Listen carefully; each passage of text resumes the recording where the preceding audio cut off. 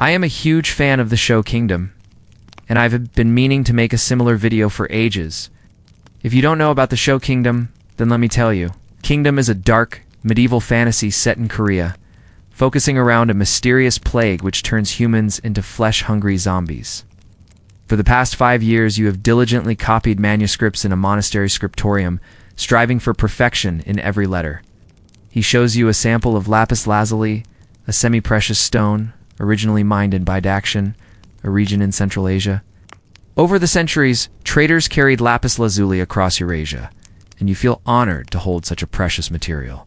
And ask him if he would like you to illustrate a copy of the Psalms he is working on. You remember the stunning blue cloaks and backgrounds you saw in the books from the South? Tell us about a medieval craft that you wish you could master in real life. See you next time. Could you make colors as vibrant and luminous as those? You discuss this with a trusted mentor who encourages you to push your boundaries and experiment with new techniques. Your chance comes when the abbot commissions you to illustrate a new copy of the Golden Legend, a collection of stories about the lives of Christian saints. Excited to prove yourself, you prepare to start the project and dive into researching various pigments and materials, searching for ways to achieve brighter and more luminous colors. You learn that the intense blue you desire can be produced using lapis lazuli, a precious mineral mined in distant lands. Eager to acquire this material, you approach your abbot and request some lapis lazuli to experiment with. The abbot, aware of your dedication and skill, agrees to provide you with a small amount of the valuable mineral. Carefully transporting the lapis lazuli to the dye house, you prepare to grind it into a fine powder, the first step in creating the intense blue pigment you envision. As you begin the laborious process of grinding the stone, you reflect on the journey you've taken from a simple scribe to a renowned illuminator. You understand that your skills have grown, and you're ready to take on new challenges. He looks at you for a moment, surprised by your request, but eventually agrees.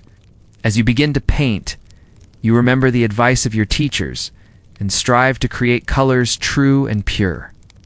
In the margins, you paint delicate flowers and intertwining vines, allowing your brush to dance across the page in joyful abandon. You create borders of fantastic beasts and mythical creatures, letting your imagination run wild. On the title page, you depict the psalmist David playing his harp, infusing the image with life and energy. You add pops of bright colors to his robe and the sky behind him, making them come alive. It takes you 2 months to complete the psalms, and when you present it to the older monk, his face lights up with joy. Soon, word of your talent spreads throughout the monastery, and you find yourself in demand. You paint covers for books of ours, Bibles, and other religious texts, each one more beautiful than the last. Through your art, you bring the scriptures to life, helping the faithful to connect with their prayers and readings in a deeper, more meaningful way. Your dye master lets you grind a small amount by hand and warns you that this is a slow process. Usually, workers ground the lapis lazuli on a flat, hard stone slab using a rounder, larger grinding stone. This took hours, and you'd have to repeat this process several times until the pigment was finely ground. After this, you would have to sift the pigment through a fine linen cloth to remove any pebbles or other impurities. With careful technique, you grind the lapis lazuli into a lovely shade of blue. Though you only have enough for one batch of dye, you carefully note the feel of the pigment, its consistency and texture. You've learned to control the quill with the precision of a painter's brush. Fashioning elegant scripts from goose feathers, quills, and onion skin vellum, your dye master greets you and throws a handful of logs onto the fire. After the water reaches a boil, he throws in a bundle of wool cloth and then adds a spoonful of your blue pigment. You watch as the vibrant blue dye slowly leaches from the pigment into the fabric. When the dye has fully saturated the wool, your dye master removes the cloth from the pot and hangs it up to dry.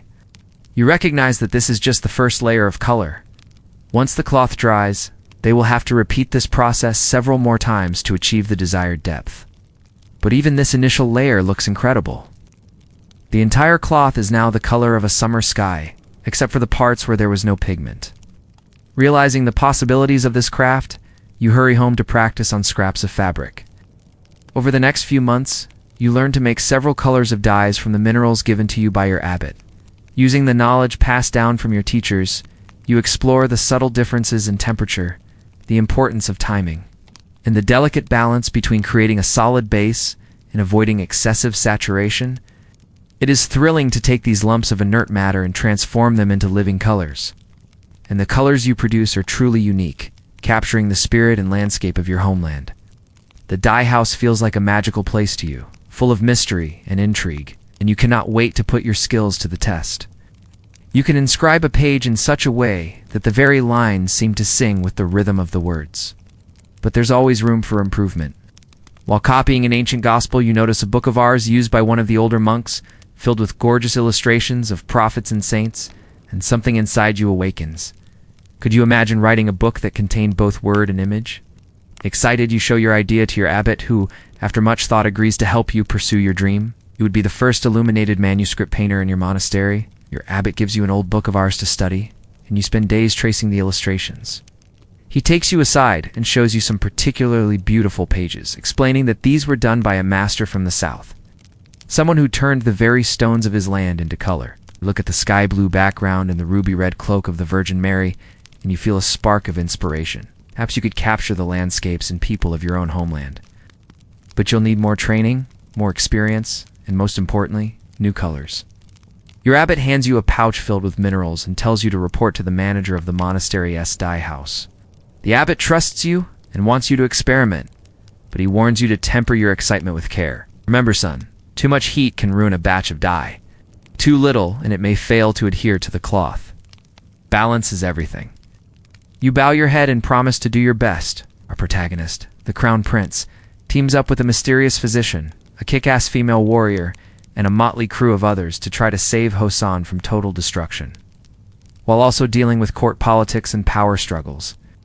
The graphics are amazing, plot is non-stop, and the characters are really well developed. But one thing I love about this show is its portrayal of the Korean medicine and alchemy.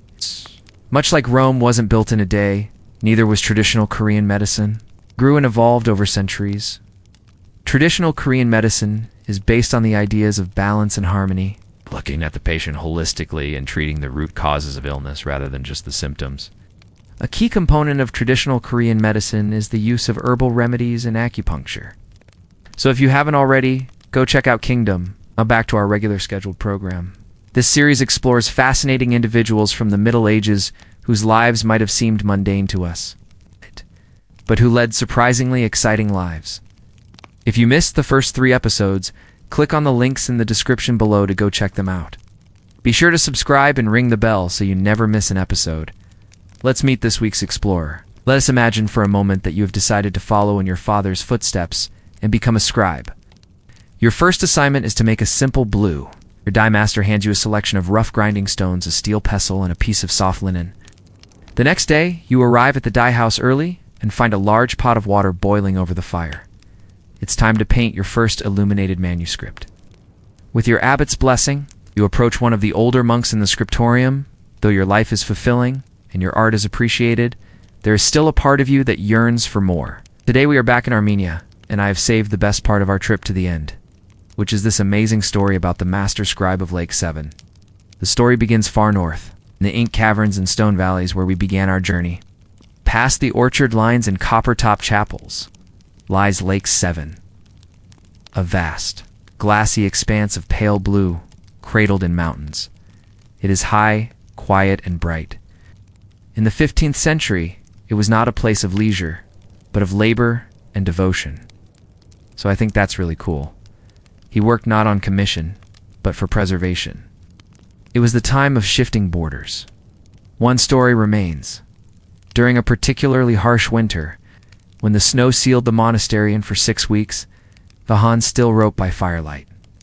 He ran out of parchment and began to write his psalms on thinly shaved birch bark. The ink bled. The lines warped, but he kept going. Back then, being a scribe meant that you got to learn how to read and write, which was huge at the time.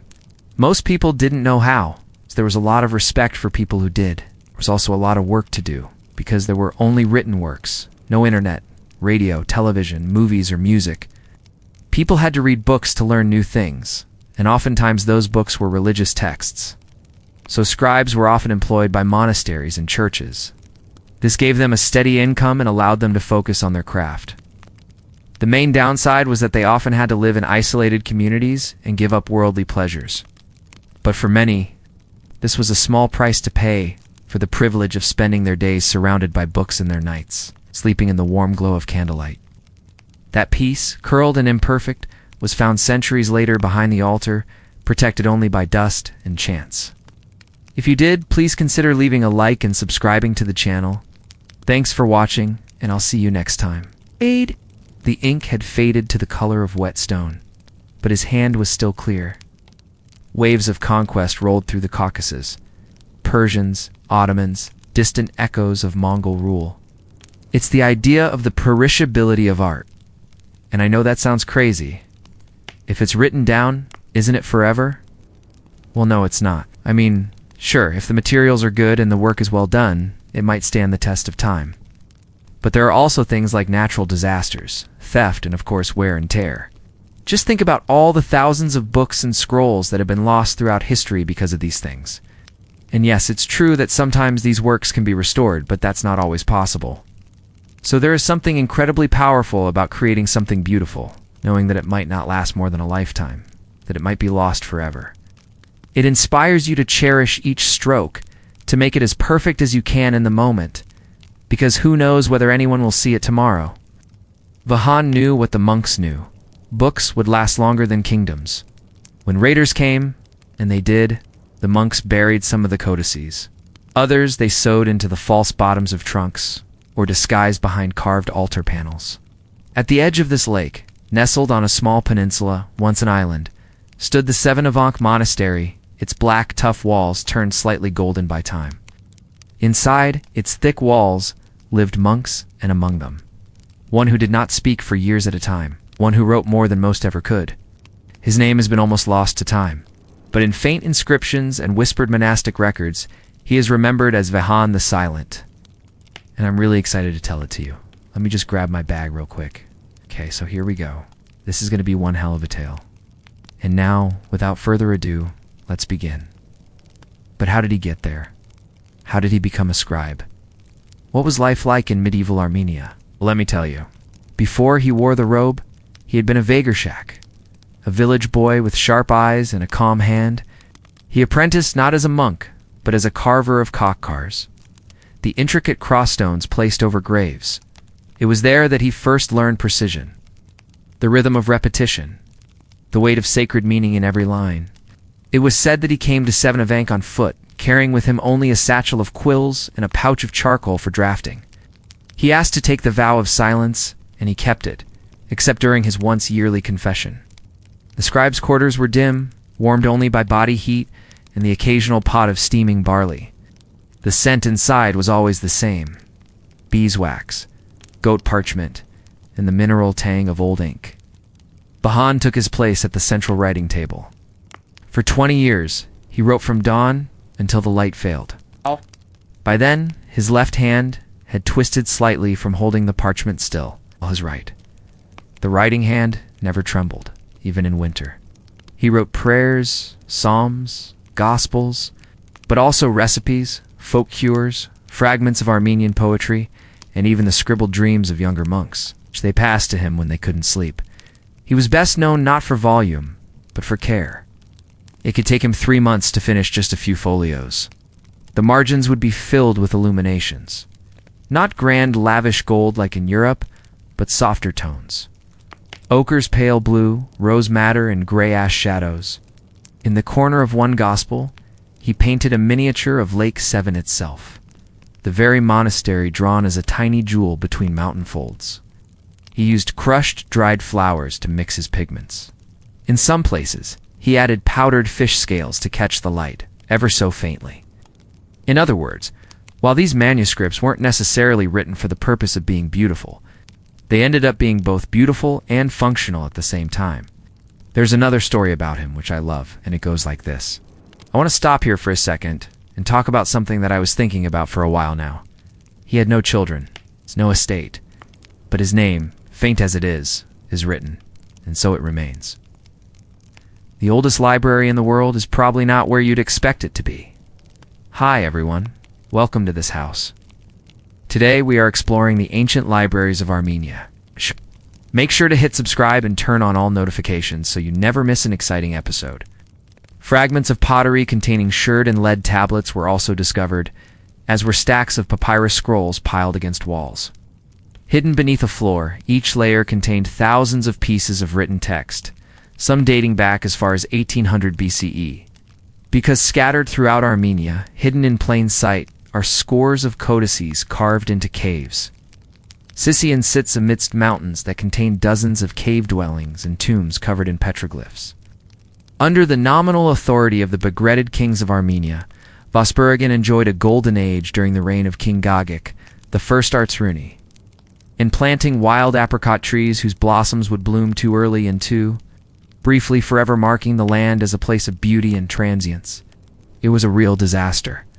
And according to legend, King Gagik I feared the entire kingdom would burn to the ground. Inside the caves, the manuscripts were wrapped in linen, dusted with lavender ash to keep insects away, and bound in oil-soaked leather for extra protection. Oral traditions frayed, and the caches were lost even to those who made them. Many of the caves remained undiscovered until the early 20th century, when shepherds and amateur archaeologists stumbled upon them by chance. Some were placed inside ceramic jars with waxed lids. Others were layered between stone slabs like pressed flowers. Then the entrances were sealed with slabs of rock. Now imagine what you would feel when you finally discovered them. Brushed away the dirt and saw the faded outlines of books stacked carefully in stone niches. While the other caves are mostly used for burials or animal pens, the arrangement of the texts in these caves suggests a different intentionality. The manuscripts aren't thrown haphazardly against the walls. Instead, they're folded carefully and placed in niches, inside a book detailing recipes for medicines. Tucked between instructions for treating snake bites and painful ulcers is a curious entry, but it's important to remember that these were not mausoleums. Without their efforts, these books would surely have been lost to history. Thank you for watching this episode. Please make sure to hit subscribe and turn on all notifications so you never miss an exciting episode. Until next time, stay safe and happy exploring. They were memory palaces carved in actual rock. The books were not meant to be forgotten, but to wait patiently for someone like you to one day find them. It reads, "If I do not return, leave this here for the one who comes later. May they write again." Was this written by a monk? Was it an herbalist making a final entry before going into battle? We will never know. But the line remains. They're stacked systematically next to each other as if ready to be picked up and read. And in some cases, the pages are missing, indicating that the books were consulted regularly. That must have been the reaction of the men who discovered the so-called book cave of Attila Monastery in 1949. Most of the books pertain to theology and religion, but there's also a smattering of history, law, medicine, poetry, philosophy, and works by legendary authors like Homer and Ovid. It's interesting that these classical texts were preserved in Armenia, given that ancient Greece and Rome had no direct contact with Armenia. As historian Ronald Griger-Suni explains, it was likely that these works reached Armenia via the Byzantine Empire, and they may have been translated into Armenian from Greek or Latin. Inside this single cavity were nearly 400 volumes, 24 of which were particularly precious. The resulting shelters were cool, dark, and secret, and over the centuries they were forgotten. So he did something bold. He summoned the monks from the monastery at Veragavank and ordered them to save the kingdom's most sacred texts. Another cache of books was discovered in the cave of Harakavank Monastery in 1951, and in 1955, more caves were discovered near the village of Gyumri. Altogether, these sites contain 184 books dating between the 9th and 13th centuries. He then sent his men to escort the monks safely to the hills, where they hid the books in natural shelters carved into volcanic rock. According to tradition, the monks chose not to fight the fire, but to bury what would outlive it. There was also the Book of the Penitents of Husic, which contains sermons by Bishop Husic, as well as the Life of St. Minas by Bishop Lazar. Together, these texts comprise the oldest collection of medieval Armenian literature in the world. Each evening, carrying the manuscripts by donkey, they traveled into the hills and sealed them away in the Yernyek caves. As the mountain kingdom reached the peak of its power, though, trouble was brewing beyond the hills. To the north, the kingdom of Ani was growing restive under the rule of Vosburghan, and to the south, the Arabs were readying a counterattack. At the time, the surrounding regions were firmly under the control of the Arab armies. But in 885, Gagik rebelled, and declared his independence.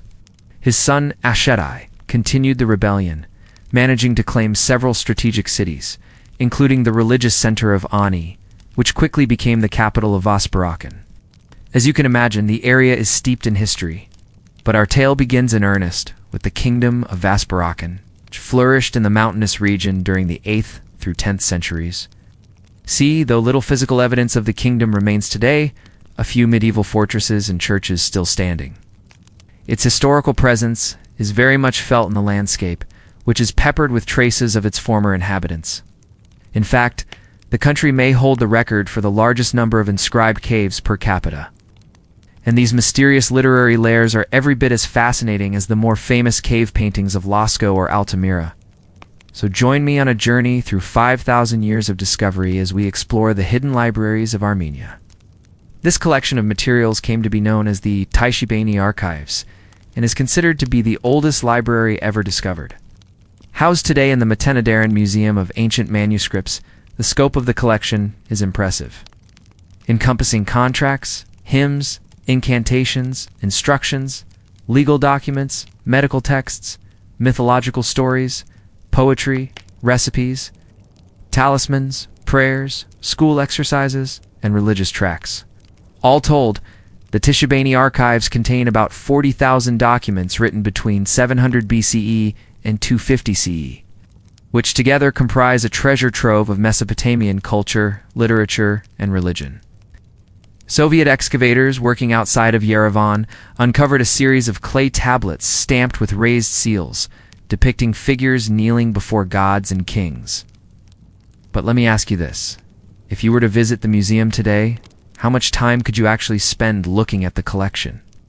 The answer? Almost none. You see, while the Tishiband Archives are certainly among the oldest libraries ever discovered, the contents are not housed in their original location. Due to a combination of war, neglect, and outright looting, only a fraction of the original collection remains in Armenia. And of the 40,000 texts that were discovered, only about 15,000 remain intact.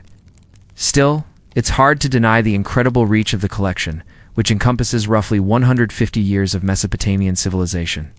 But if we jump forward several centuries, we'll discover that the Mesopotamians weren't alone in valuing preservation and organization of cultural material. Our story begins in the town of Sizian, which lies near the modern border of Turkey. When the kingdom was established, historians are unsure, but records show that it was ruled by the Artaxide dynasty starting around the year 800. As the kingdom grew, so did its wealth and prestige. And by the late 9th century, the noble lords of Vaspurakan were building hilltop fortresses, stone basilicas. In 943, the Arab armies invaded Vaspurakan, pillaging villages and bringing death to the countryside. These natural cavities were already known to shepherds and stonemasons, so they were familiar places. Over time, maps were misplaced or destroyed in wars. Imagine walking past the same cave entrance hundreds of times without realizing that inside is a treasure trove of protected manuscripts. The most important of these is the Gospel of the Catholicus, written in 989 CE, which is the oldest book printed in Armenia. While we don't know exactly why they were cached, we do know that they survived the turmoil of war thanks to the deliberate actions of monks seeking to protect invaluable cultural material. Together, these cave libraries offer a rare glimpse into a bygone era and tell us something unusual about the people who lived in Vaspurakan. We also learn a lot about the types of literature that were valued at the time. But perhaps most interesting is the curious entry in one surviving codex, now held in a darkened archive. It's easy to romanticize these cave libraries, seeing them as mystical repositories of long-lost lore hidden away from the ravages of time. And so I want to take a moment to thank the monks of Vaspurakan. When we think of ancient Armenia, images come to mind of biblical landscapes, of mountains and high plateaus, of shepherds and psalmists. What we sometimes forget are the cities. We picture David as he tended his sheep, as he danced before the ark, as he slew Goliath. But we don't always see him as he stood, harp in hand, atop the ramparts of Jerusalem. Yet city life played a critical role in shaping early Armenian identity, especially during the Hellenistic and Roman periods, when mountain fortresses became urban centers of trade, religion, and governance. Its strategic location, at the crossroads of Europe and Asia, made it a crucial hub for trade and cultural exchange.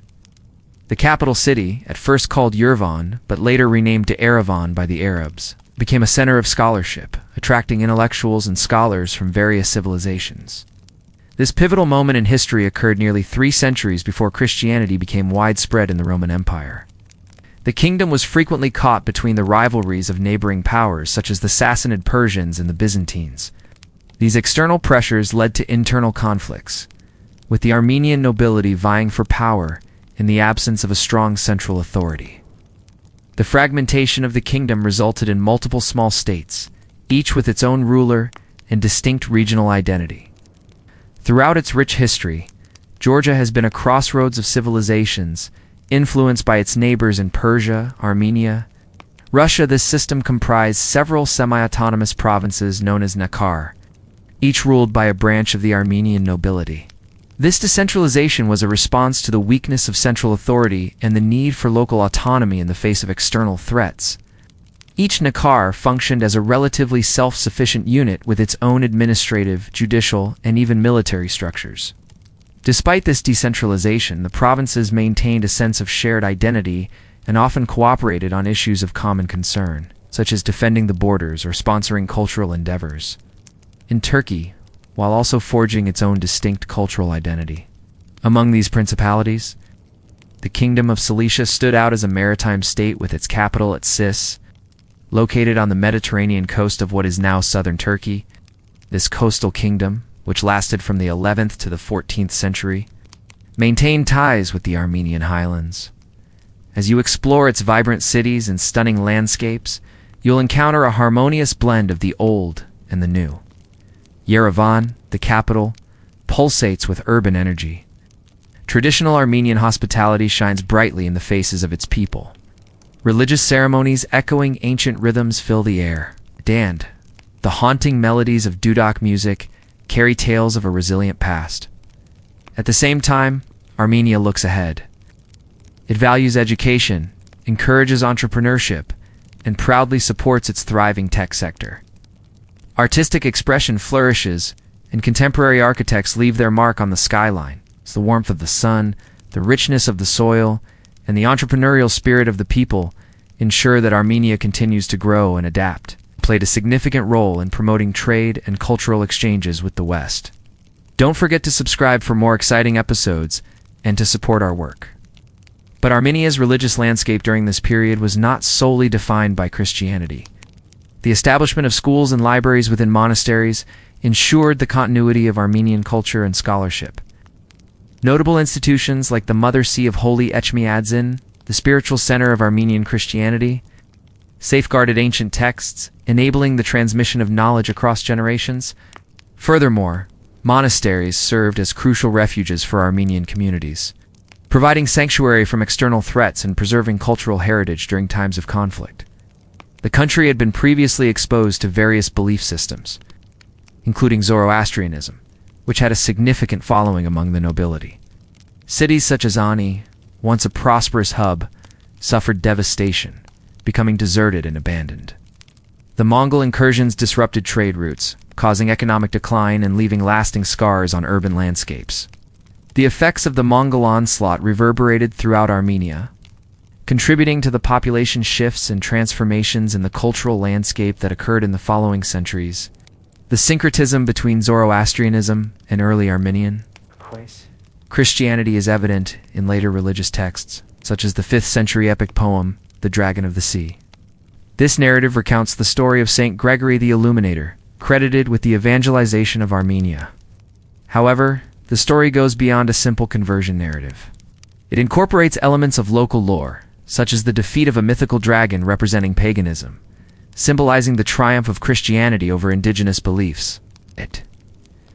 During the reign of King Tigran the Great, who ruled from 95 to 55 BC, the Kingdom of Armenia reached its territorial zenith, stretching from the Mediterranean Sea to the Caspian. Under his rule, Armenia became a melting pot of cultures, incorporating elements of Greek, Roman, and Persian traditions.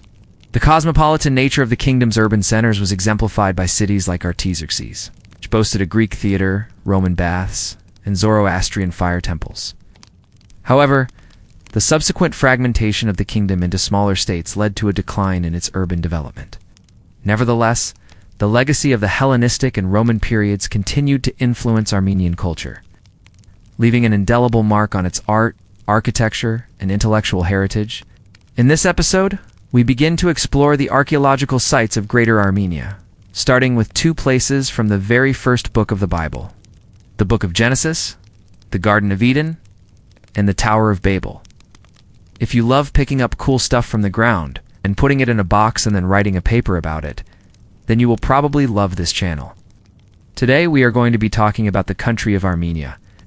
While there has been considerable speculation about the location of these places, it is unlikely that either was situated in Armenia. The Garden of Eden is usually placed in Mesopotamia, while the Tower of Babel, mentioned in Genesis chapter 11 verse 1, is commonly identified with the ancient city of Babylon. This urban planning reflected the Urartian kings' ambitions to establish centralized control over their vast and diverse empire. As the dominant power in the region, the Urartians heavily influenced the political, economic, and cultural landscape of Armenia. Despite their eventual decline in the 6th century BC, their legacy continued to shape the Armenian highlands, setting the stage for the emergence of the Kingdom of Armenia. However, both of these stories have parallels in Armenian folklore and mythology, suggesting that they resonated within an oral tradition that eventually took shape as part of the Armenian national consciousness. In the mid-2nd millennium BC, the Kingdom of Urarta dominated much of eastern Anatolia and northern Armenia. Its fortified capitals, including the enigmatic city of Tuish, controlled vital trade routes and exerted political influence over smaller states and city kingdoms. It was during this period that the Armenian highlands began to take on the characteristics of a cultural zone rather than a series of disparate settlements. The Urartians, along with their contemporaries, the Kingdom of Van and the Kingdom of Assyria, waged constant wars and made strategic alliances, all while participating in the broader networks of Eurasian trade. The city of Artashat, founded around the 6th century BC by King Sarduri II of the Kingdom of Urarta, is notable for its distinctive layout. Characterized by a grid pattern of streets and the presence of a royal palace complex and defensive structures. By the 3rd century BC, the kingdom had expanded significantly, encompassing territories from the Black Sea in the north to the Persian Gulf in the south. Hi everyone. Welcome to this channel, where we tell the history of the world through the stories of archaeology. Armenia is widely recognized as the world's first Christian nation, having officially adopted Christianity as a state religion in 301 AD under King Tiridates III during the Middle Ages. Armenia found itself situated within the broader geopolitical context of the Middle East, often serving as a buffer zone between larger empires. Throughout this tumultuous period, monasteries emerged as vital centers of learning and preservation. The late medieval period witnessed the rise of Mongol armies led by conquerors like Hulagu Khan, posing a grave threat to the stability of the Armenian highlands. The Kingdom of Georgia, known as Georgia, is located in the Caucasus region at the eastern end of the Black Sea, in the late Middle Ages. After the Mongol invasions, the mountainous regions of Armenia saw the emergence of a decentralized system of governance known as the federative system. Today, Armenia is a land of contrasts. The country's history is deeply rooted in ancient traditions, yet it embraces modern influences. Thank you so much for watching. We hope that you learned something new. Let us know in the comments below.